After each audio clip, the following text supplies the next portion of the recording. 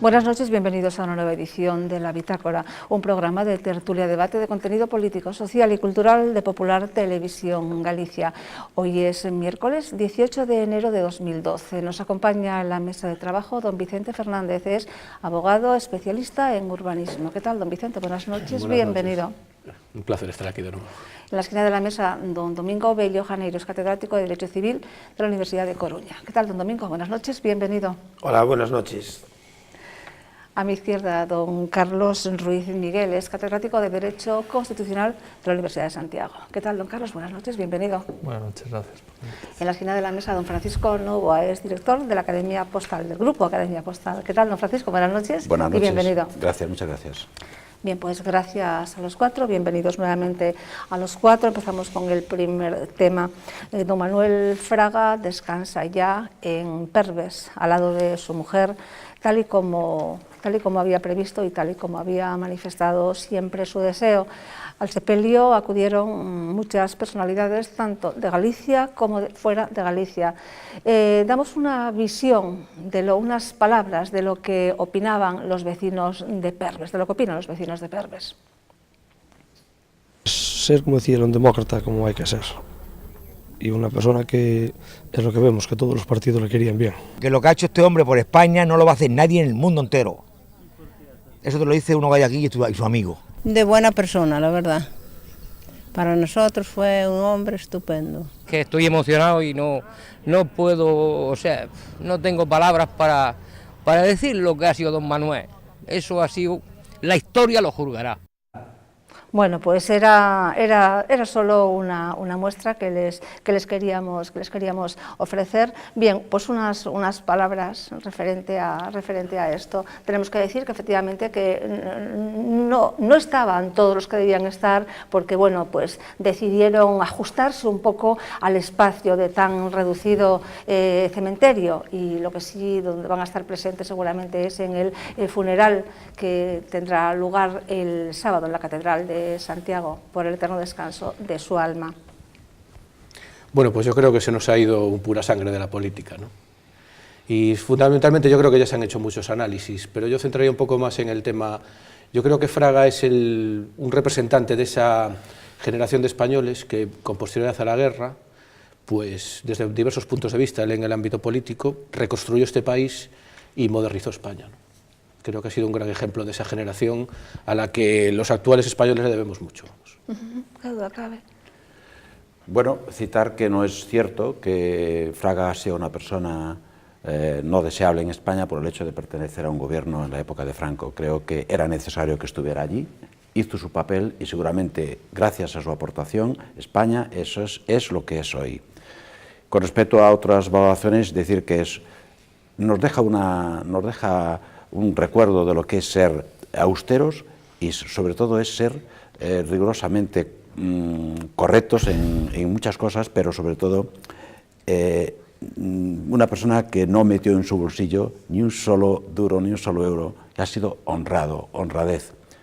Hoy tenemos que lamentar su falta y es cuando seguramente empezamos a poner en valor sus méritos. Citar simplemente algo que me gusta decirlo, el ejemplo de Paco Vázquez, al analizar la situación, la pérdida de este hombre histórico de nuestra tierra, que lo ha hecho sin partidismo y con una elegancia que de luego es de agradecer.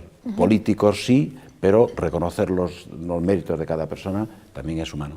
Austeridad hasta después de muerto, ¿no? Porque sí, se ha resaltado precisamente eso, que el nicho o el panteón donde está es de los más corrientes del cementerio. Don Carlos.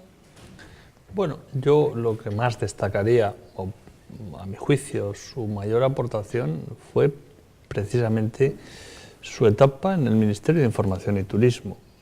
Hay que pensar lo que fue el turismo en aquellos años para la economía española. Hay que pensar pues, que una de sus obras, que es la red de paradores nacionales, ahí está como un modelo de calidad hotelera pues admirado en todo el mundo. Entonces, para mí eso, a mi juicio, es su mayor aportación a España. Que ahí queda para la historia. Don Domingo, Sí, yo... que además su abuelo era, Sí. Padrino de Fraga. Sí, efectivamente, el padre de Fraga fue alcalde, Manuel Fraga Bello, alcalde, no mucho tiempo, pero en dos momentos cruciales en la época de Villalba, en la guerra civil en concreto, incluso pues con unas dotes que hizo posible que allí no hubiera bandos, ni vencedores ni vencidos. Él lo ha intentado, él lo ha explicado en las memorias, y aquí se había hecho referencia a la contribución que ha llevado a cabo desde dentro del régimen franquista para buscar la concordia. Lo hizo después durante la transición, y yo creo que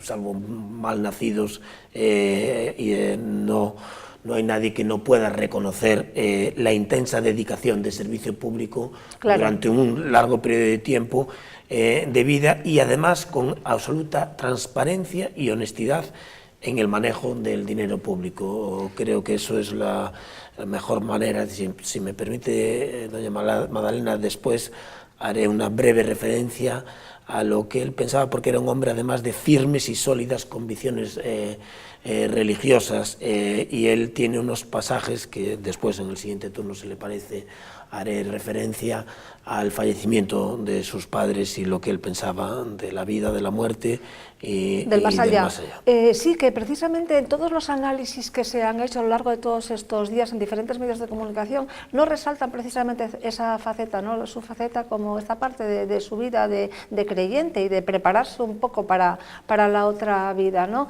Bien, pues esta mañana tuvo lugar una ofrenda floral en Villalba. Alberto Núñez Feijóo decía esto. Con vos, e co sentimento que comparten todos os cidadáns desta terra, a fermosa historia de amor que don Manuel mantivo con Galicia será un testemuño perenne e axudaranos a cumprir mellor o noso deber como galegos. Bien, pues nos ayudará. Don Domingo, esas palabras. Él, en el momento del fallecimiento de su padre, en las memorias, él recuerda pues que hubo un sentimiento, como en esta ocasión también ha vuelto a suceder, de todo el pueblo, sincero, de reconocimiento, y él decía la conciencia ahora, el mayor de 12 hermanos, de encontrarse en primera fila en el gran drama de la vida y de la muerte. Su madre, de Rosario Diario, doña Madalena, también conviene señalarlo, decía que él, cuando falleció, era una mujer de las del Antiguo Testamento, con verdaderos y sólidos principios, que para los hijos su muerte significó el final de una época, pero decía en su referencia que sabía que los esperaba, como yo creo que así sucede en lo alto, que la muerte de los justos levanta el ánimo de todos, habiendo de morir, como todos, después de vivir una vida justificable y con sentido. Por tanto, yo creo que él tenía un sentido especialmente religioso y trascendente de la vida, y estoy seguro que será recompensado debidamente, porque era un hombre fuera de otras circunstancias también, al que nada de lo humano le era ajeno, y cualquiera que hubiera podido, de los miles y miles de gallegos, de españoles, por todo el mundo relacionado con él, que se hubiera podido relacionar, sabe de lo que estoy hablando. ¿Creen que se hablará mucho a partir de ahora de Fraga, por lo menos durante un tiempo, en libros que están a punto de salir y demás?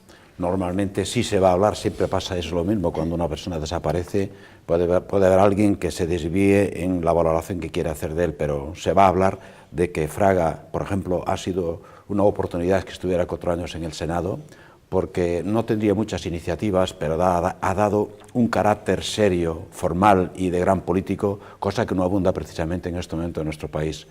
Y desde luego eso de las cuestiones personales, si era más atento o menos atento, yo puedo decir que como jefe provincial de Correos en Orense he recibido una carta que venía de un país americano dirigida al señor Fraga, y no traía los datos, no traía las señas.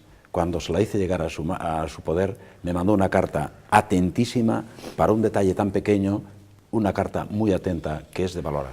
¿Qué ponía? Para Fraga, simplemente, para Fraga, Galicia. Una cosa así, una cosa así. No, es que ustedes los de Correos, permítame este inciso, tienen cantidad de anécdotas en su colección, ¿no? De personas, de cartas que llegan con el nombre de una persona o... Sí. Es una anécdota y tengo la carta, la guardo como un tesoro para mí, porque es una carta atenta, que solo dedicarse a editar esa carta pues ya tiene mucha importancia para mí como persona, vamos. Bien, vamos entonces con otro tema. Seguramente seguiremos hablando de esto en programas sucesivos, por lo menos dando alguna pincelada puntual. Rajoy se reunió ayer con Rompuy y estuvieron preparando la cumbre de Bruselas, la primera a la que asiste Rajoy como presidente del Gobierno. En la rueda de prensa dijo que el Gobierno aprobaría la reforma laboral, la ley de estabilidad y sostenibilidad presupuestaria y la reestructuración del sistema financiero. Si todo sigue su curso, la reforma laboral quieren tenerla preparado para el viernes próximo. Y el resto, pues en el próximo Consejo de Ministros y en los primeros del mes de febrero. Oímos a don Mariano Rajoy. Hicimos una clara apuesta y lo explicamos por las reformas estructurales. En España hubo 2 reformas laborales en los últimos tiempos. No nos opusimos a ninguna. Nos abstuvimos en las 2 y por eso salieron adelante. Pero manifestamos que no era suficiente, que si queríamos crear empleo, una de las cosas que teníamos que hacer era una reforma laboral que fuera eficaz. Y presentamos 71 enmiendas al proyecto de ley del Partido Socialista en las Cortes y no se nos aceptó ninguna. Bueno, pues en esas 71 enmiendas está buena parte de lo que nosotros queremos que se haga en España en el futuro, y ya digo, en el futuro próximo. Esto se va a hacer pronto. Y yo le he pedido a las centrales sindicales, en privado y en público, y también a las organizaciones empresariales, que hagan un esfuerzo, que este no es un problema del Partido Popular, ni de 5 ministros del Gobierno, que este es un problema de toda la nación. Y que en los momentos difíciles, aunque los gobiernos son los que tienen mayores responsabilidades, todos tienen que remar en la misma dirección. Preparación para la cumbre de Bruselas. Don Vicente, acudimos con los deberes hechos. Le veo que hace un gesto que no sé cómo interpretar. Yo creo que Rajoy nos asombra con sus contradicciones, ¿no? Y parece que Van Rompuy vino aquí a empujarle un poquito, ¿no? Porque parece que el Gobierno estaba poniendo un poquito el freno de mano y desde la Unión Europea vienen a empujar y a presionar un poco más. Vivimos una época clave, creo, el tema de la reforma laboral. No veo yo al PP muy decidido, ¿no? Porque no hablan ni de la rebaja sustancial del despido, del coste del despido. Y claro, y también es contradictorio con un hecho fundamental, que ha subido los impuestos. ¿Pero en general, el PP o la patronal y los sindicatos? No, tampoco el Gobierno habla del coste del despido. Ya, pero bueno, tienen que... Porque si veis, hablan un poco así genérico, la empleabilidad, la formación, está todo muy nebuloso, ¿no? Pero no van a cosas concretas. Parece que quieren volver al contrato de fomento del empleo con los 33 días, que no va a solucionar nada. Pero hay una cosa fundamental, hay que rebajar el coste del despido y hay que rebajar impuestos a autónomos y a empresas y a pymes. Y al contrario, los ha subido a todos. Momento. Entonces ahí hay esas variables, a ver qué hace. Es decir, parece que está muy cauteloso y a ver con qué nos sorprende el viernes. Pero... Lo veo pesimista usted. Yo creo que van como pisando huevos, ¿no? Como Arenas tiene que ganar Andalucía y es la última taifa que le queda a la PSOE, pues ¿qué cree que están las cosas ahí, digamos que el presumible amarre de la victoria electoral de Arenas está haciéndole tirar del freno de mano a Rajoy, ¿no? Y eso, sin embargo, vienen los europeos a empujar, entonces está ahí claro. El hombre manejando el automóvil como puede, ¿no? ¿Qué cree? ¿Que vendrán nuevos decretazos, nuevos impuestazos? Algo tendrá que hacer, es decir, él nos dijo a la opinión pública que si el triunvirato, ese binomio, bueno, triunvirato, ¿no? Están los 2 sindicatos verticales y la patronal vertical también, ¿no? Pero si no decidían ellos, ¿qué iban a decidir el Gobierno? Pero bueno, a ver si decide bien. Esta es otra troika, yo me refería a la otra. Creo que no es malo que la gente, antes de tomar decisiones, se entere bien de la situación que tenía nuestro país en el momento de hacerse cargo del Gobierno. Ha pasado un mes o un mes escaso desde que puede empezar a tomar decisiones. Es muy poco tiempo. Yo confío en que Rajoy se está pensando las cosas, estuvo haciendo un equipo de trabajo y que va a cumplir con las promesas que tiene con la Unión Europea. y lo va a cumplir desde el punto de vista fiscal y también en el empleo y desde luego lo más importante de todo, que es revitalizar la economía de este país. Necesitamos generar empleo, necesitamos limitar o excluir las dificultades que está poniendo la banca para que los emprendedores puedan dar sus primeros pasos, y eso creo que lo va a hacer sin duda alguna. De momento no hay todavía Pero nada es que yo creo que las previsto. cosas no se pueden hacer tampoco de hoy para hoy. Se estaba pidiendo que tomara decisiones a los 5 días de haber tomado posesión. Creo que han pasado pocos días todavía. Yo estoy convencido de que el equipo está trabajando y que las decisiones vendrán, aunque algunas no nos agraden. De todas maneras, para subirnos los impuestos no le templo el pulso, ¿eh? Pues es necesario, porque lo primero que hace falta es tener dinero Don para Domingo. poder hacer cosas. Efectivamente, estamos en un momento grave de encrucijada, en donde el gran drama del desempleo involuntario tiene que ser afrontado más pronto que tarde. Ojalá sea como se pretende, con el mayor acuerdo y consenso posible, pero si no es así, desde luego, como decía don Vicente, no, a este gobierno ya ha demostrado que no le temblará el pulso. Y además esto se completa también primero con otro elemento muy importante, que al margen de la condición y de la situación que supone desde el punto de vista jurídico y económico adoptar medidas oportunas, también el de la confianza, el de la fiducia es un elemento esencial para generar empleo, porque no hay ninguna reforma laboral que sea capaz de generar empleo. Y hay un aspecto que también a veces puede pasar, o de momento no ha salido a colación, que es el de la exigencia de responsabilidad.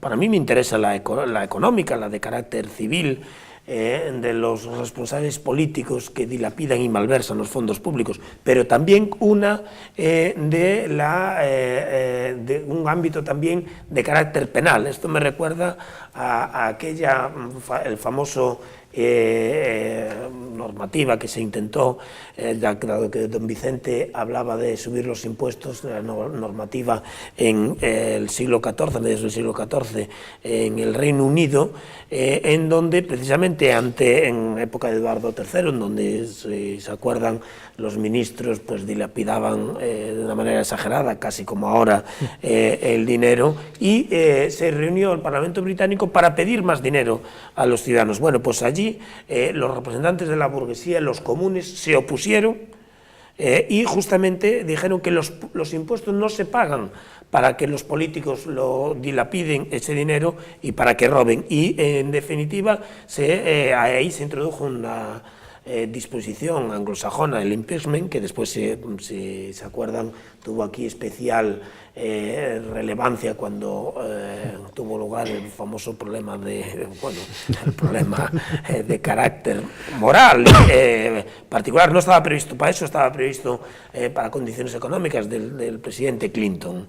¿Se acuerdan perfectamente? Bueno, pues eso es lo que también es necesario, junto con la subida de impuestos, dado que la situación tan dramática en la que nos encontramos hace inviable otra opción, aunque podía haber alguna intermedia. Junto con eso es necesario también llegar hasta sus últimas consecuencias en la exigencia absoluta de responsabilidad a los dirigentes que nada menos que han engañado. Es decir, la Intervención General, el Tribunal de Cuentas, el Fiscal General del Estado tienen que reunirse más pronto que tarde y decir dónde están esos 20.000 millones de euros que, a lo que parece, en un corto periodo de tiempo de una semana desaparecieron. Vamos a dejar que intervenga toda la mesa. No, bueno, yo por mí podía seguir porque yo estoy completamente de acuerdo con lo que estoy escuchando. Es decir, pero queremos oír también su opinión. Quiero decir que yo estoy plenamente de acuerdo en eso. En lo que no estoy tan de acuerdo o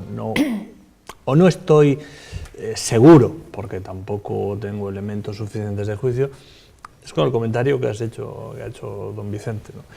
Yo no tengo tan claro que el tema del problema de la crisis de España sea una reforma laboral. Creo que es una cosa que nos están intentando imponer, pero yo no lo veo claro que ese sea el problema. Es decir, no creo que para crear empleo lo que haya que facilitar el despido, porque precisamente el problema es, bien, ¿y cómo se crea empleo? ¿Alguien se piensa que se va a crear más empleo porque sea más fácil despedir?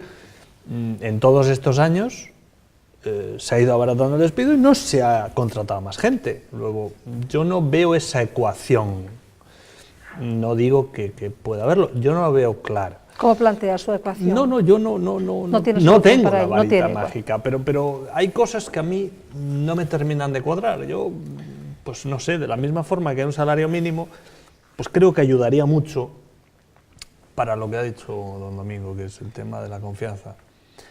Ayudaría mucho, por ejemplo, que el gobierno tuviera valor para poner un salario máximo. ¿Perdón? Un salario máximo. Ajá.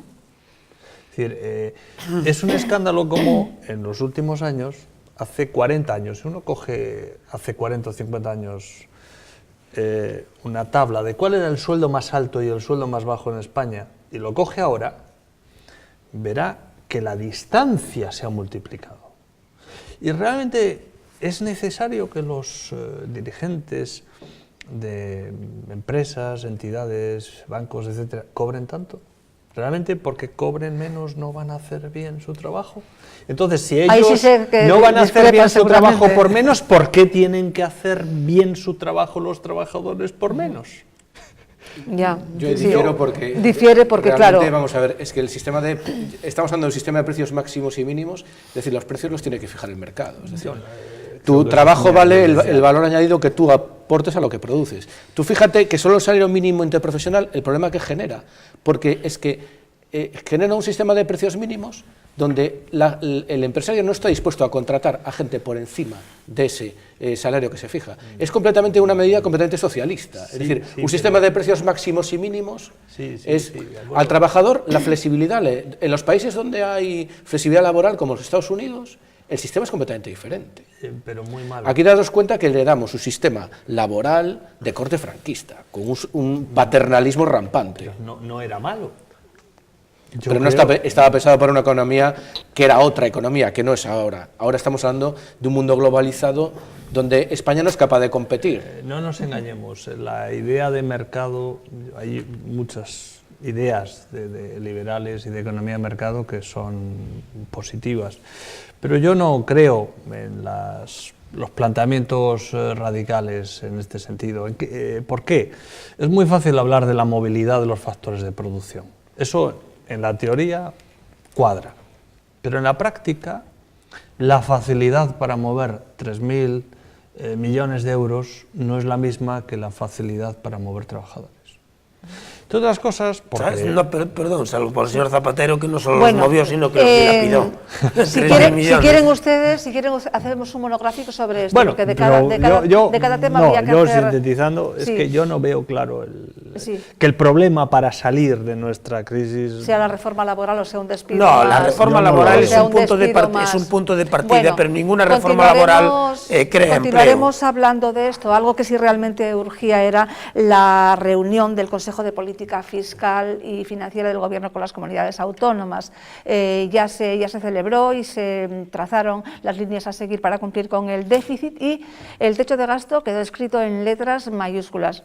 El Gobierno pretende abrir una línea ICO, no se sabe de qué cantidad, y también prestar ayuda a las comunidades autónomas que lo necesitan. Cataluña necesita ayuda porque su deuda está casi catalogada como bono basura, y la Comunidad Valenciana también la solicitó y se le van a entregar un poco más de 400 millones. Oímos las palabras del señor Montoro. Tienen que tener claro, y lo dijimos desde el primer momento y lo hemos dicho públicamente, es que frente a lo que hacía el anterior gobierno, que aquí hay una administración central que cuadra por su lado, ¿no?, y el resto allá ya veremos. Aquí el nuevo gobierno lo que hemos asumido desde el minuto uno es la tarea constitucional de coordinar la política económica en nuestro país. Y en el caso de sanciones, como en la Unión Europea.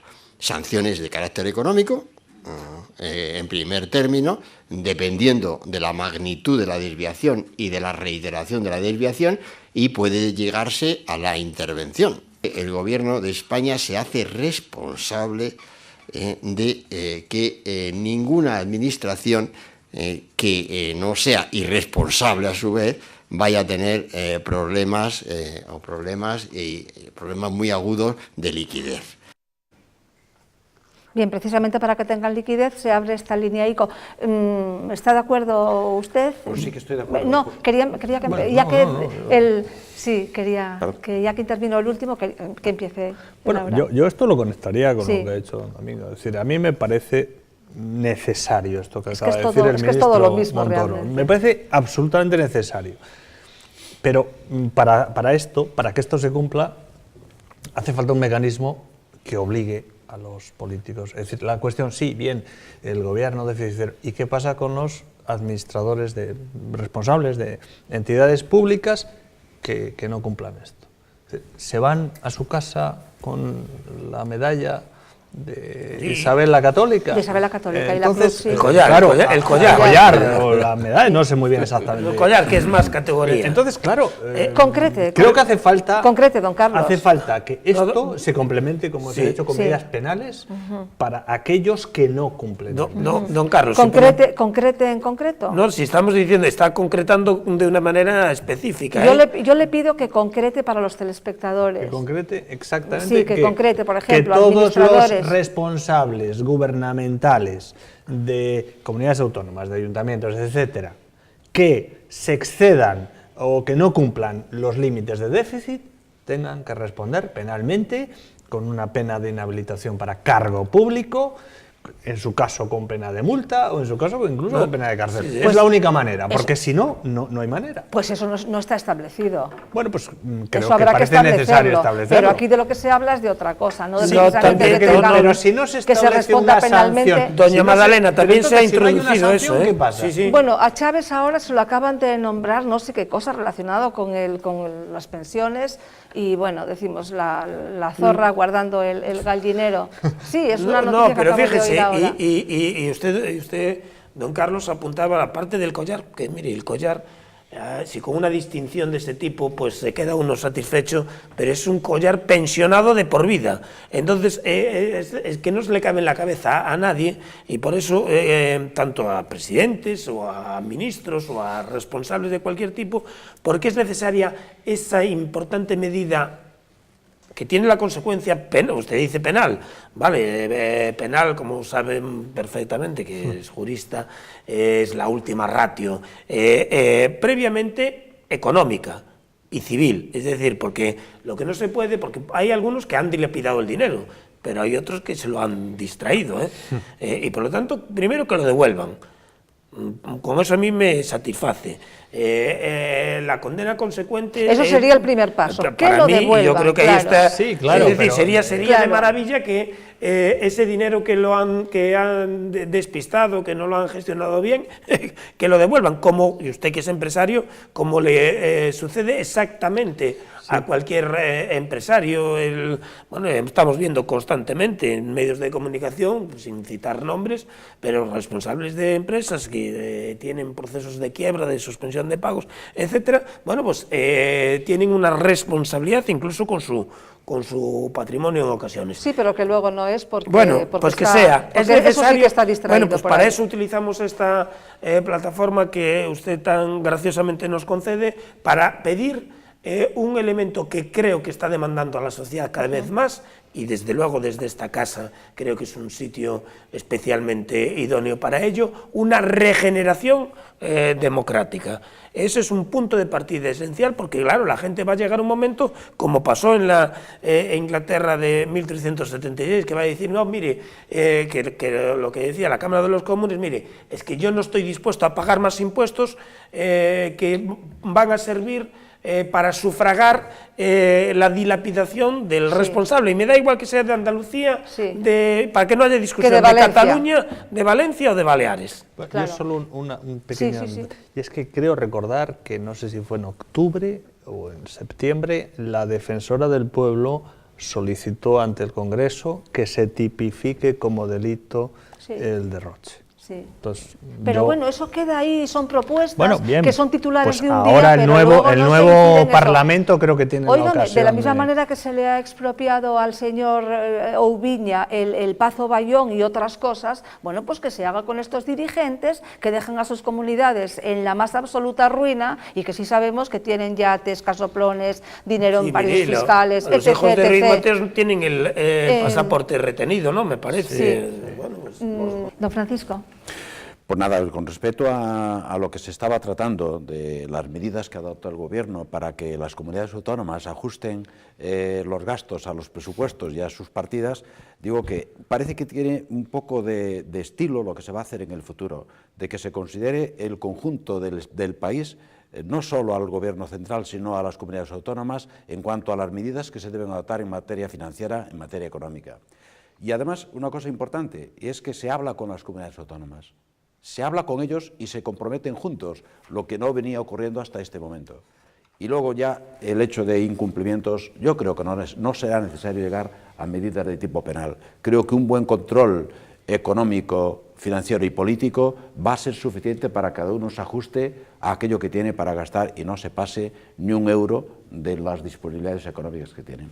Don Francisco, pero es para los que se pasan, es para los que se pasan y... Pero bueno, pero llegar a una situación de tipo penal, y que no se vaya creo que los delitos efectivamente existen y existen... Sí, mire, por lo que estamos viendo existen en demasía, aunque sean presuntamente, pero fíjese, yo creo que compartirán buena parte de los presentes esta reflexión, porque a veces seguramente frente a esas reticencias que usted manifiesta sobre el ámbito penal, dirá, hombre, es que esto no va a favorecer la incursión en la política de mucha gente. Pues no, justamente lo que no está favoreciendo la incursión en la política de personas valiosas es este campo embarrado, que a los que sean aficionados al fútbol, que no creo que nos estén viendo porque está jugando un partido importante ahora, Madrid-Barcelona, pero todo el mundo lo entiende, el campo embarrado no favorece al jugador virtuoso, sino al marrullero, al tramposo, etcétera. Pues lo que está sucediendo es eso, es decir, y tú más, incluso en las propias campañas electorales, no favorece el sistema. Tiene que haber dentro de esa regeneración, creo que el profesor Ruiz Miguel lo compartirá plenamente, un sistema serio y una normativa específica de financiación transparente de los partidos políticos. Bien, desde aquí reivindicamos Yo creo que el problema del gobierno de Rajoy también es un problema de collares otra vez. Porque a bien quién le pone los collares a las autonomías, porque hay que embridar a 17 taifas y los catalanes ya están lanzando mensajes de desafío otra vez. Bueno, pues ya tenemos que volver a escuchar a esta gente, pues andar otra vez revolviendo, intentando su pacto fiscal, actuar contra la crisis, ¿no? Y sobre todo también esa vertiente institucional, porque demos cuenta que el zapaterismo ha vaciado institucionalmente España. La reforma del Estatuto catalán, todo ese tipo de cuestiones pueden perjudicar esa posible embride de las autonomías. Mire, si hace el favor no me vuelva a hablar de zapaterismo porque me dan ya sarpullidos, porque efectivamente... Pues vamos a hablar pues hablemos de ICO, yo también me hago otra pregunta. Solo de pensar lo que están cobrando con nuestro dinero es ya para... Yo me hago otra pregunta respecto al ICO. ¿De dónde va a sacar los fondos el ICO? Pues porque está todo muy bien. Vale, pues dicen, bueno, pues vale, pues el ICO ayudará a las autonomías que tengan poderes de liquidez, pero oiga, es que el ICO no planta los billetes y nacen en los árboles, lo saca de algún sitio. Por eso el importante tema de Europa, porque ahí en ese aspecto dependemos directamente... No me diga que más impuestos y más... Hombre, esperemos que no, porque el problema es que cuando lo dejas de usurpar... El problema es que cuando llegas al fondo de la cartera no hay nada. Entonces aquí a ver qué pasa. Y es lo que decía el profesor Bello de ese ejemplo inglés, ¿no? Que en un momento dado a la gente, como la presión es mucho, pues puede estallar la cuestión por algún sitio. Que sí, y en principio, bueno, en principio es para que tengan liquidez las autonomías más despilfarradoras. Vamos con otro tema. Carmen Chacón y Rubalcaba continúan vendiendo humo, el cambio, un socialismo nuevo y, bueno, pues no sé cuántas cosas más. Oímos a la señora Chacón.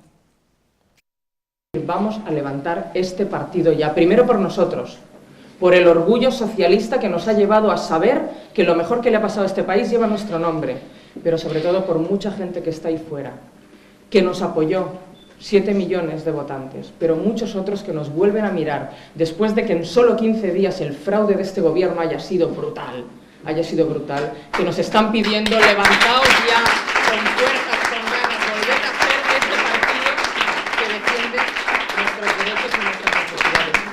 Nuestra batalla y nuestra tarea es contra la resignación, es contra el desánimo, es contra la frustración y es a favor de que este partido se levante y contra un Partido Popular que si nos levantamos le queda menos tiempo en el gobierno que más. A esa tarea os convoco, con vuestra fuerza, vuestras ganas y vuestra alegría, para recargar el PSOE y para dar respuestas cuanto antes a tanta gente ahí fuera que nos mira, que nos quiere, pero sobre todo que nos necesita. Les cuento algo. Cuando pusimos las palabras de la señora Chacón, aquí hubo una carcajada general en la mesa. Realmente, esta señora, ¿qué nos cuenta? No. ¿Qué nos vende? No es cierto la carcajada. Nos vende humo total.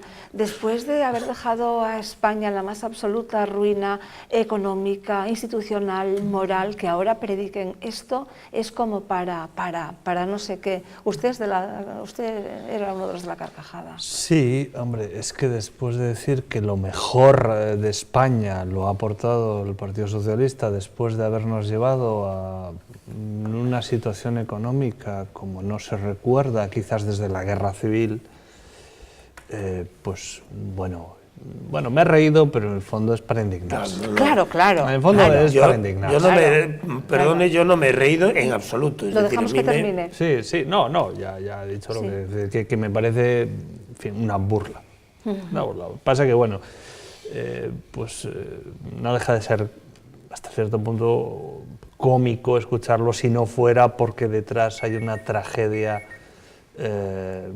pues muy grave para millones de personas y para toda una nación. Y para todos, que estamos así, pues gracias a sí, ellos. sí. Don Domingo, lo de la carcajada, yo entiendo que nos hemos reído todos, pero es esa risa, te ríes por no pues a mí no me causa ninguna... Y se ríe ella de nosotros, yo no me he reído. Ella se está riendo de todos esos que lo aplauden. Ni me causa ninguna gracia, precisamente porque, como decía el profesor Ruiz Miguel, hay más de 5 millones de personas. Y bueno, y aquí lo hemos comentado muchas veces, doña Magdalena, aparte de la gente que está en el paro, la multitud de personas que les cuesta llegar a fin de mes, que están en el umbral de la pobreza, esto no tiene ninguna gracia, claro. Pero ninguna gracia, es decir, que esta indocumentada señora, que por la gracia de otro indocumentado que vino a hacer experimentos, cuyos primeros trabajos, y usted, profesor Ruiz Miguel, porque es de su disciplina, sabe de lo que estoy hablando, es decir, que esta gente cuyo primer trabajo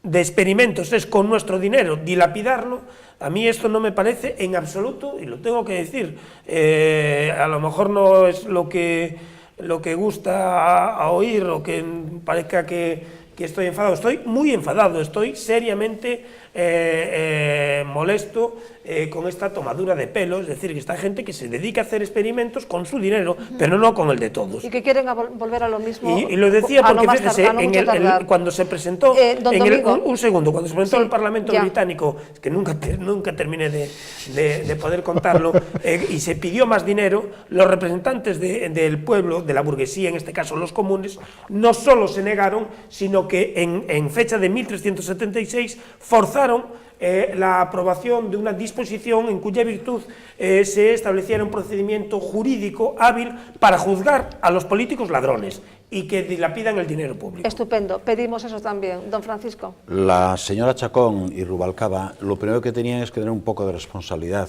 porque están intentando cargarse ya al Partido Popular cuando es que lleva 15 días en el gobierno. Habría que analizar lo que han hecho ellos mal o lo que dejaron de hacer, y no salir a vender humo como se está diciendo, porque tanto uno como el otro tienen el mismo mensaje.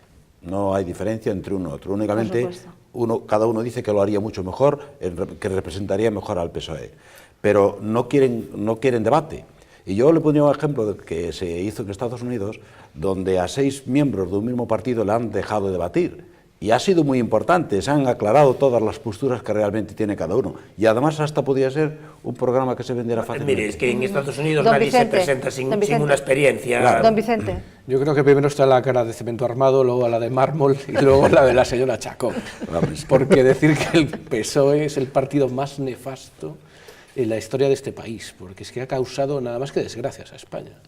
Primero el asesinato, las checas, luego el desvalijar durante la época de Felipe González, el terrorismo de Estado, pasando ya por lo último, que para no herir la sensibilidad del profesor Bello no citaré. Pero es que tienen una cara pero absolutamente deleznable. Pero también es verdad que Carmen Chacón es reflejo de una época. Es la sustitución del argumento intelectual por el sentimentalismo más primario. La presentación esa que fue a Andalucía me pareció patética. Cuando además su abuelo Andrés, si hubiese montado un taller en Cataluña con el nombre Andrés y no pone Andreu, es que le multan. Y esas multas las instauró el Partido Socialista de Cataluña, el PSC. Es que manda narices, como diría don Manuel, manda carallo Navana, ¿no? Recordando a nuestro ilustre y querido don Manuel.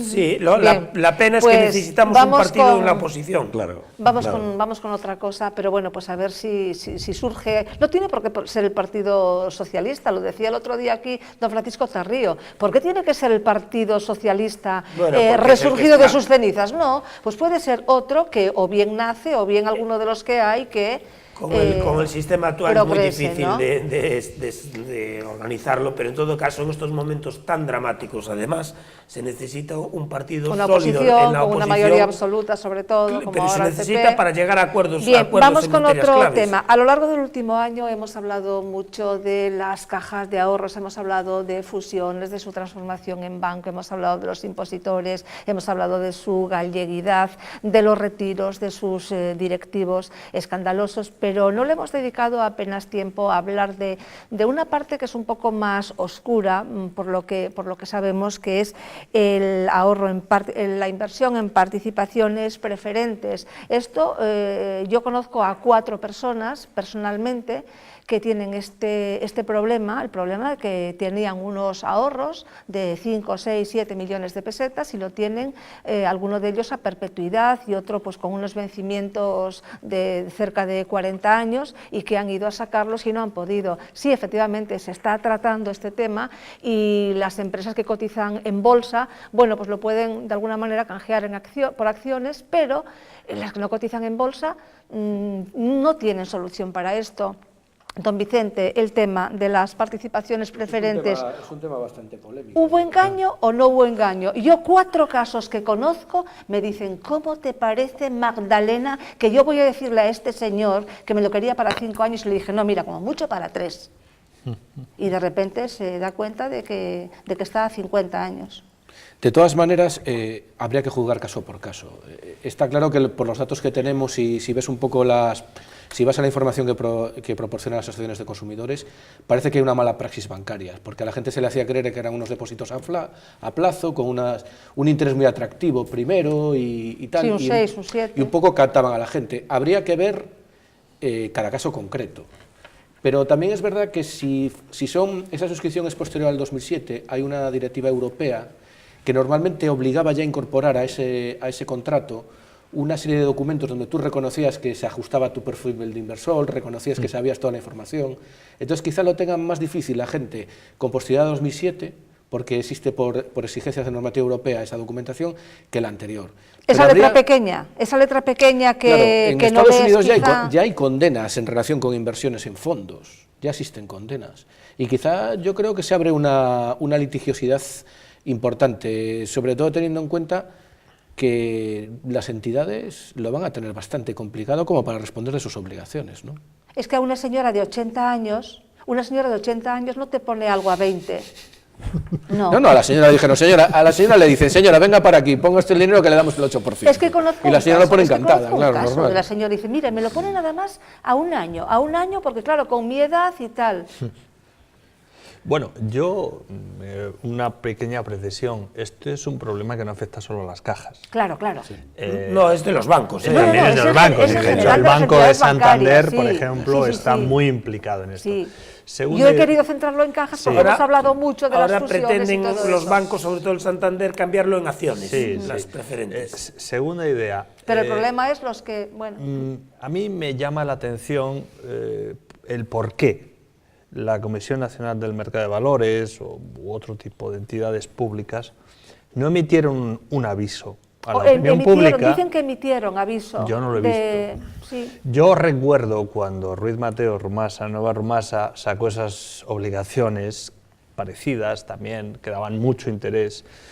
Yo recuerdo haber leído un aviso de una página entera en el periódico, para que la gente, bueno, luego se ha visto que efectivamente pues era una inversión fraudulenta. Esto parece también, tiene todos los visos de ser una inversión fraudulenta. Entonces, bueno, yo me pregunto también hasta qué punto todo esto no se ha hecho sin complicidades de los poderes públicos, lo cual complicaría todavía más las eventuales acciones para ver en qué medida, sobre esto nos hablará el profesor Bello, que es el experto aquí en esta cuestión, en qué medida es viable una acción de responsabilidad civil, pero también en qué medida puede haber una responsabilidad civil sustitutoria de la administración pública en caso de que se constate pues, que no ha incumplido su deber de informar a los inversores sobre el peligro de un instrumento que, como hemos visto, pues ha llevado a la ruina a muchas personas. Y a veces incluso abusar de la edad, porque lo de la señora de 82 tiene ahora. También funciona en esto la picaresca de las personas, ¿no? Como en muchas otras cosas, y sobre todo en los temas de tipo bursátil, hay unos pocos que ganan mucho y muchos que pierden todo lo que tienen. Entonces yo creo que cuando un banco o una caja ofrece un servicio, hay que ir con pies de plomo y asegurarse bien de lo que se quiere hacer, porque todo el mundo va con la intención de ver si le gana al otro, si engaña al otro. Yo creo que en esta materia de la bolsa, en este momento, debemos estar muy atentos a eso. Y es cierto que la banca pretende engañar. A mí me hizo mucha gracia. Pero hombre, a una señora que tienes ahí, que es cliente de toda la vida, que conoce al de la sucursal, que dice, oye fulano, adiós, que le da dos besos, ¿qué tal? No vale de nada, precisamente eso porque no vale tiene de 80 nada. años. Hay que Ya ve, doña Madalena, que yo soy el más disciplinado, que incluso con alusiones directas ni tomo la palabra. Sí, todos son disciplinados aquí. Bueno, pues es así. Sí. Hay que tener los pies en el suelo y saber que nadie da... Yo no espero que el director de mi banco me duros vaya a 4 pesetas me y vaya a saber engañar. en qué se va a invertir, en lo que no se va a invertir. Lo que devuelven no es el principal, sino solo intereses. Claro. Son realmente, como muy bien dice doña Madalena, emisiones de renta fija con un horizonte prácticamente perpetuo o indefinido. La única opción, que es donde establecerán ahí en la letra pequeña, es que lo puede usted vender en cualquier momento en el que se llama mercado secundario. Sí. Pero hoy, hay que venderlo. ¿Quién compra? Hay que venderlo. Porque el banco no tiene la obligación de recomprarlo. Y por lo tanto, ¿a quién se lo compras? Y claro, ¿a quién se lo vendes? Y si lo vendes ahora, es a un precio ridículo en relación con la inversión que llevó a cabo. Ese es el verdadero fraude, tipificado por lo demás desde muy antiguo en todos los códigos civiles, que es la utilización de la letra para infringir la intencionalidad, porque como usted muy bien apunta, al margen de cada caso concreto, nadie de 80 años hace una inversión para retirarlo dentro de 30. Claro, entonces ahí se ve claramente... Yo iría una cosa. Entonces, ¿qué pasa? Que las personas de 80 años no se pueden fiar del director de su sucursal, que es el que vive, pues eso, al lado del portal que vive al lado de, o sea, que el portal está colindante a la sucursal. Es que de verdad, es que es de pena si tienes que ir leyendo. Hay que leer todo, mire, qué duda cabe. Respecto de las preferentes, y un segundo, don Vicente, respecto a las preferentes, a lo mejor usted lo iba a contar, sobre todo los grandes bancos, el Banco Bilbao Vizcaya, Santander, que quiero tocar y la otro Caixa, tema los quieren cambiar por acciones, nada más. Sí, don Vicente. No, pero yo he observado, y al hilo de lo que comentaba Francisco, que hay unas incidencias bancarias. ¿Qué pasa? Desde arriba en los bancos a la gente de oficina le imponen unos objetivos. Sí. La gente de oficina está presionada, no sabe si se va a ir al paro, si se va a fusionar. ¿Y qué pasa? Que llega un momento que si no tienes muchos escrúpulos, tienes que mantener tu puesto de trabajo y coges a la pobre señora de 80 años, le endosan las preferentes, la tarjeta con el regalo de la cubertería y lo que sea. Es verdad, porque yo lo he visto, un montón de veces. ¿Y qué pasa? Que al bancario lo presionan de tal manera, a la persona de la oficina, le meten unos objetivos y le están presionando. Óigame, pero no. No, pero es que no, es verdad. Es que están metiendo un sándwich a la gente de oficina porque le fijan unos objetivos tremendos y colocan lo que sea. Pero que que viene de la agencia bancaria europea, que les pero se coloquen de trineros ya directamente. Yo conozco casos que a ti te manda un correo electrónico desde arriba que te dicen, este mes tienes que hacer, vende tarjetas, vende productos de no sé qué, vende tal. Cuando el pan de tus hijos depende de eso, estás presionado. Una persona que no sea lo suficientemente recta, la presionan de tal manera que va a engañar a la señora de 90 años, le va a endosar las preferentes. Creo que es una mala praxis que parte de los directivos de los bancos. O sea, hay algunos límites que es que el auxiliar o el oficial no puede traspasar. Una cosa es vender pues una tarjeta, esto, lo otro, o que domicilies tus cosas como la propaganda que te envían, pero oígame, decir no, a esta señora de 80 que quiere esto a 6 meses o a un año, se lo pongo a 40, vamos, es que me parece que eso es... Y la tarjeta que le daban, pero es algo que está ocurriendo. Es algo que está ocurriendo. Y solo una acotación a lo que ha dicho don Domingo. La eventual solución es otra estafa, porque el convertir eso en acciones, en el fondo, es estafar al resto de los accionistas, porque entonces el valor de su acción disminuye. Entonces, lo que se hace es distribuir las pérdidas entre todos los accionistas. Qué terrible. Es algo... Qué terrible. Eso es lo que se llama la ampliación de capital, una dilución de los títulos. Pero vamos a seguir, yo creo que vamos a seguir comentándolo en otros programas, porque me parece que es interesante y que la gente sepa, y también advertir y también denunciar a los grandes directivos, que luego bueno, ellos sí se les quiere imputar en tal, pero luego se van también de rositas. Vamos con el juez Baltasar Garzón, que se sienta en el banquillo por ordenar grabar las conversaciones entre los imputados de la trama Gürtel y sus abogados en la cárcel de Soto del Real. Se le acusa de prevaricar y de vulnerar las garantías constitucionales. No vamos a juzgar, a hacer un juicio paralelo al juez Garzón, ya dictarán sentencia, quien corresponde, en este caso a los jueces. A mí sí me gustaría dar una pincelada sobre esto, ¿por qué se lo está juzgando? ¿Qué es prevaricar? Se lo juzga por prevaricación y no tiene nada que ver el bien que hizo por Galicia y lo bien que pudo haber hecho unas cosas y otras, aunque tiene fama de ser muy mal instructor, pero bueno, respondiendo a toda esta propaganda mediática que hay por parte de la izquierda y del grupo de La Ceja, que se han ahora constituido en una asociación a favor de Garzón ante el Supremo, que es de vergüenza, y esto está calando en la sociedad, y bueno, pues el pobre Garzón está ahí porque es una víctima de la derecha, es una víctima de los franquistas, precisamente por querer investigar todas estas cosas, y que no es así. Vamos a ver, don Vicente, ¿por qué está en el banquillo? Por una evidente vulneración del derecho de defensa de los letrados, es decir, que te escuchen en la cárcel lo que estás hablando con tu cliente, me parece, vamos, fuera de todo lugar, ¿no? Están vulnerando el más elemental y primordial derecho. Eso en los regímenes fascistas es lo que hacían. Es que estaba escuchando, y él dice que es porque era necesario, porque los abogados eran clave esencial de la trama, pero luego ves la instrucción, el auto ni lo motiva, y luego a lo largo de la instrucción no imputa a ningún abogado. Es decir, este señor está acostumbrado a hacer lo que le da la gana. Exacto. Y para mí lo más bochornoso ha sido cómo el presidente de Sala le dice en tono medroso: por favor, despójese de la toga. O sea, vamos a ver, usted es presidente de la Sala del Tribunal Supremo. Ordénele. No pide. Usted es un imputado, un acusado en este caso, ya. Despójese usted de la toga. Pero es que yo creo que lo de Garzón me parece increíble. Es un sainete tanto en el interior del tribunal como en el exterior. Porque él no tenía derecho a ir como togado. Imputado no puede ir togado. No, ¿verdad? No. Cuando le toman declaración en Sala no puede ir togado. No es el único caso que tiene pendiente, menos mal que sí, tiene otros dos. Él intentó que fuese primero, porque claro, eso tiene una mayor repercusión a su favor, mediática, aunque posiblemente desde el punto de vista procesal sea en el que previsiblemente pueda ser condenado, el de los juicios franquistas, pero fíjese, usted estaba hablando antes, doña Magdalena, del tema de los bancos.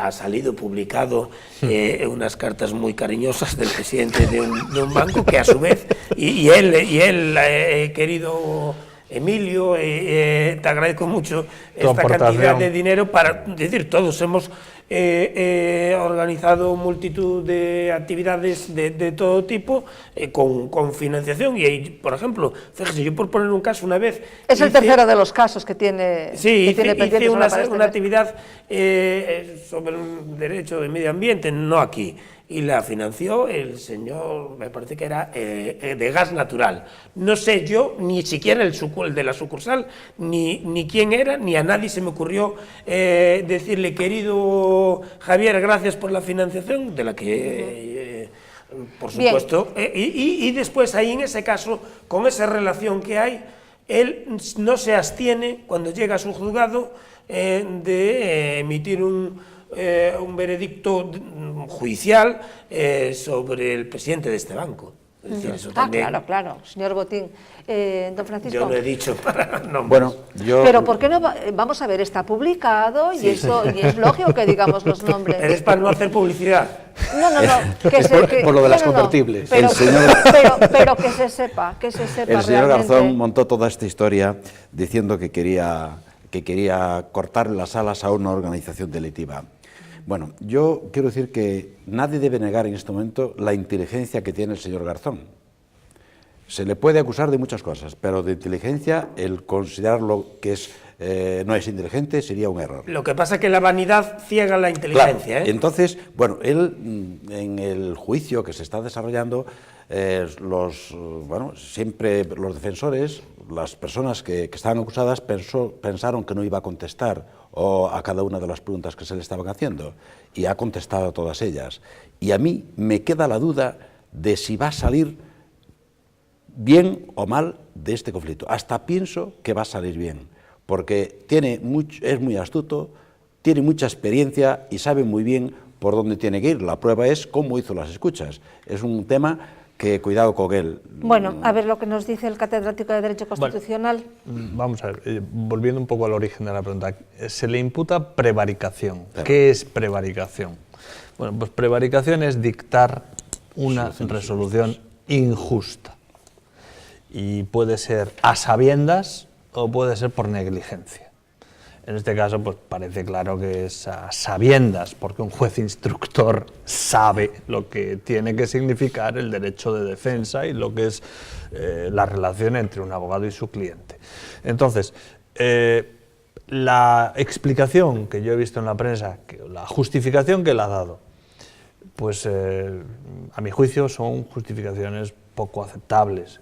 Un lado dice que era para prevenir un delito. Bueno, para prevenir un delito no se establecen escuchas. Que yo sepa, las escuchas son para investigar un delito ya existente, pero nunca para prevenir, porque si no, pues también podríamos poner escuchas en todos los confesionarios por si alguien va a confesar: padre, que es que quiero matar a mi vecino. Bueno, pues entonces a la salida del confesionario le detenemos porque ya hemos prevenido un asesinato, ¿no? Entonces, a mí esto personalmente me parece peligrosísimo y, bueno, creo que, en fin, yo creo que Garzón es una persona que, a pesar de todos esos apoyos mediáticos, en su actuación lo que se ha destacado es por lesionar el Estado de Derecho en España. Sí, y es muy conocida su historia. Yo creo que estoy con don Carlos, la estrategia de defensa es contradictoria.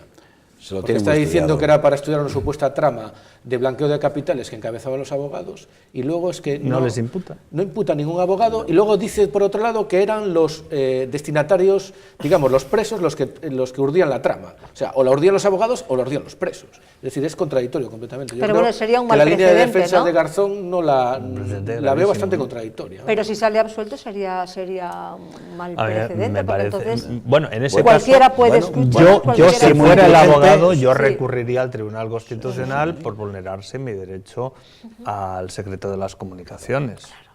Vamos. Que además decirle a los telespectadores que todos tenemos derecho a tener nuestras conversaciones y hacer nuestras confesiones con nuestros abogados, desde luego sin que nadie nos escuche, y si se realizan escuchas, pues que no sean admitidas, no son válidas. Tenemos ahora algunos casos aquí en Galicia donde el abogado pretende que nos tengan en cuenta las escuchas, y bueno, pues parece que en eso sí no está por la labor. Bien, pues hasta aquí el programa de hoy. Sí, quería decir una cosa, que es que yo en el programa pasado, pues a don Ignacio Cosidó, de repente lo hice ministro. Siempre digo que quien mucho habla, mucho hierra. Digo, no. Y digo, porque el ministro Cosidó, tal. Quizá esto fue una especie de lapsus, porque a lo mejor debería ser... Una premonición. Debería ser ministro, a lo mejor quizá lo sea, haciendo una alabanza de lo bien que lo está haciendo. dividir otra vez, al suprimir el mando único y también al haber eliminado en primera línea de estas llamadas cloacas de interior, aunque ya dijimos que le aconsejan profundizar un poquito más, porque que el Partido Socialista es mucho lo que ha enraizado por ahí, por esos pagos. Bien, pues hasta aquí el programa de hoy, don Vicente. Buenas noches. Muchísimas gracias, don Domingo. Muchas gracias, buenas noches. Muchísimas gracias. Don Carlos, gracias también por haber venido. Don Francisco, muchísimas gracias igualmente. Gracias a ustedes por acompañarnos un día más. Nos despedimos hasta el viernes. Estaremos con ustedes nuevamente a las 10:30 de la noche. Que sean felices.